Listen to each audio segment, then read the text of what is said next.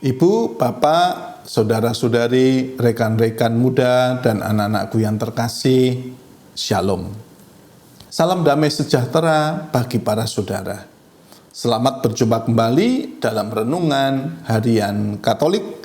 Hari ini, Sabtu, tanggal 25 April tahun 2026. Merupakan pesta Santo Markus, penulis Injil. Tema renungan hari ini adalah menjadi Katolik, menjadi manusia baru.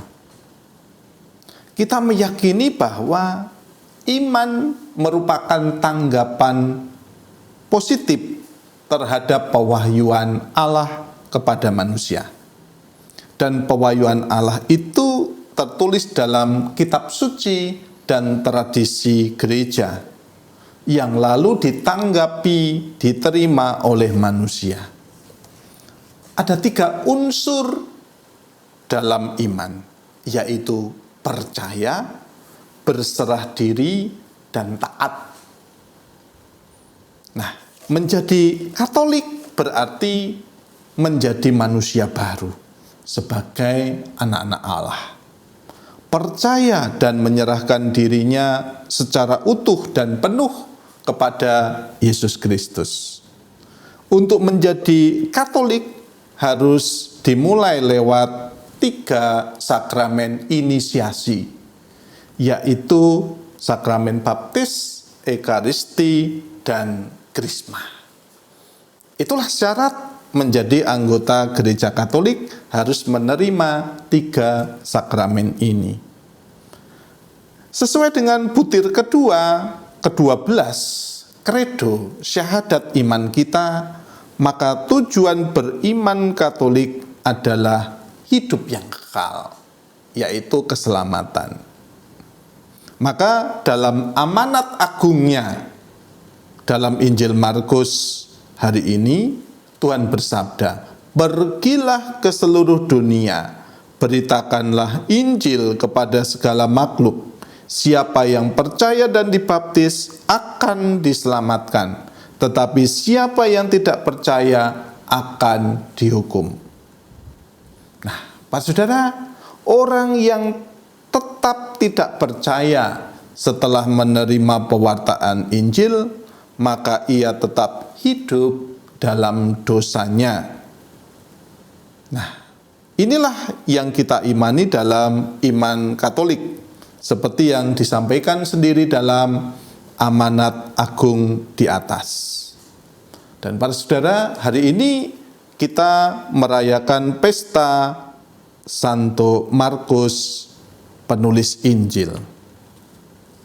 Nah, meski awalnya Markus belum langsung percaya saat ia berjumpa dengan Yesus, karena masih terlalu muda untuk memahami iman yang diberitakannya, pada akhirnya ia percaya dan menjadi murid Petrus serta kawan seperjalanan di beberapa misi Rasul Paulus ke Asia, ya kurang lebih Turki saat ini, dan juga ke Eropa. Santo Markus juga adalah keponakan Rasul Barnabas, taat melaksanakan amanat agungnya.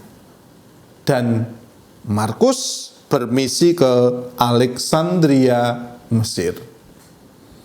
Nah, para saudaraku yang terkasih, demikian pula menjadi Katolik berarti juga hidup dalam kasih, sebab Allah adalah kasih.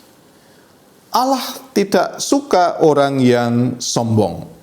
Demikian juga nasihat Petrus kepada jemaat di Asia Kecil. Jangan congkak, namun rendah hatilah. Berserah diri padanya. Mau melawan iblis lewat kuasa Tuhan, tetaplah teguh dalam iman.